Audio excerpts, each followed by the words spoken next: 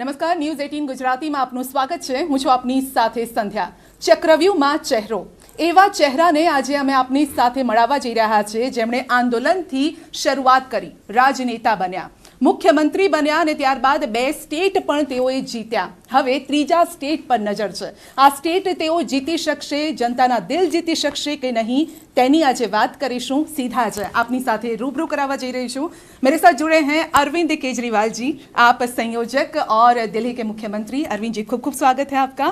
और आम कहिए कि एक साथे 2 सीएम साथे कदाच हूँ मुलाकात करी रही छूं, एवं कदाच आपना मंतव्यमां कदाच एवं होय, कारण के एक साथे 2 सीएम, कारण के अरविंद केजरीवाल जी पहला ज कही चूक्या छे कि अमे सीएम चेहरो जाहिर नहीं करी रह्या, अमे सीएम आपी रह्या छे। तो बीजी शख्सियत आपणी साथे छे ईशुदान गढ़वी जी। ईशुदान भाई, आपनुं खूब खूब स्वागत छे। मारे कहेवानी जरूर नहीं, कारण के आम आदमी पार्टी तरफथी तेओ सीएम पदनो चेहरो पण छे। खूब खूब स्वागत आप बन्नेनुं। अच्छा, मैं पहले अरविंद जी आपसे ये पूछना चाहती हूँ, गुजरात की हवा कैसी लगी? बहुत अच्छी। गुजरात के लोगों ने जितना प्यार दिया, जितना सत्कार दिया, मुझे उम्मीद नहीं थी। और मैं गुजरातियों का, गुजरात के लोगों का तहे दिल से शुक्रिया अदा करना चाहता हूँ। बहुत लोग मुझे अपना भाई कहते हैं और कई बुजुर्ग मुझे अपना बेटा कहते हैं, और गुजरात के लोगों ने मुझे अपने परिवार का हिस्सा बना लिया है।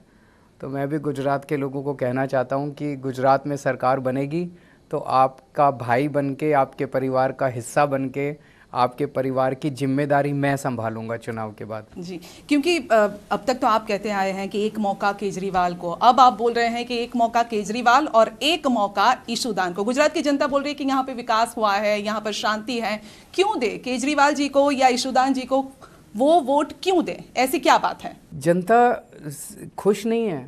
जनता अगर खुश होती तो 6 महीने के अंदर हमें इतना ज़्यादा जनाधार कैसे मिल सकता था। जैसे आप दिल्ली में आइए, दिल्ली में पहले चुनाव में भारतीय जनता पार्टी को 3 सीट मिली 70 में से, कांग्रेस को 0। दूसरे चुनाव में 5 साल के बाद हमने इतना अच्छा काम किया, 70 में से केवल 8 सीट मिली बीजेपी को, कांग्रेस को 0। गुजरात के अंदर जनता बहुत ज़्यादा त्रस्त है, इसीलिए एक तीसरे विकल्प को चांस दे रही है गुजरात की जनता, इसीलिए इतना ज़्यादा जनाधार देखने को मिल रहा है आपको। तो इसका मतलब अभी तक विकल्प नहीं था लोगों के सामने, कोई अच्छी पार्टी नहीं थी, कोई बीजेपी को टक्कर नहीं दे रहा था। पहली बार एक विकल्प मिला जो हम कह रहे हैं कि हमें वोट दो, 1 मार्च से आपकी बिजली फ्री हो जाएगी। लोग कह रहे हैं हाँ, बात तो ठीक कह रहा है, बीजेपी को वोट देने से तो कुछ नहीं मिलेगा, कांग्रेस को वोट देने से भी कुछ नहीं मिलेगा, आम आदमी पार्टी को वोट देने से घर का खर्चा तो कम से कम बचेगा, बिजली फ्री हो जाएगी।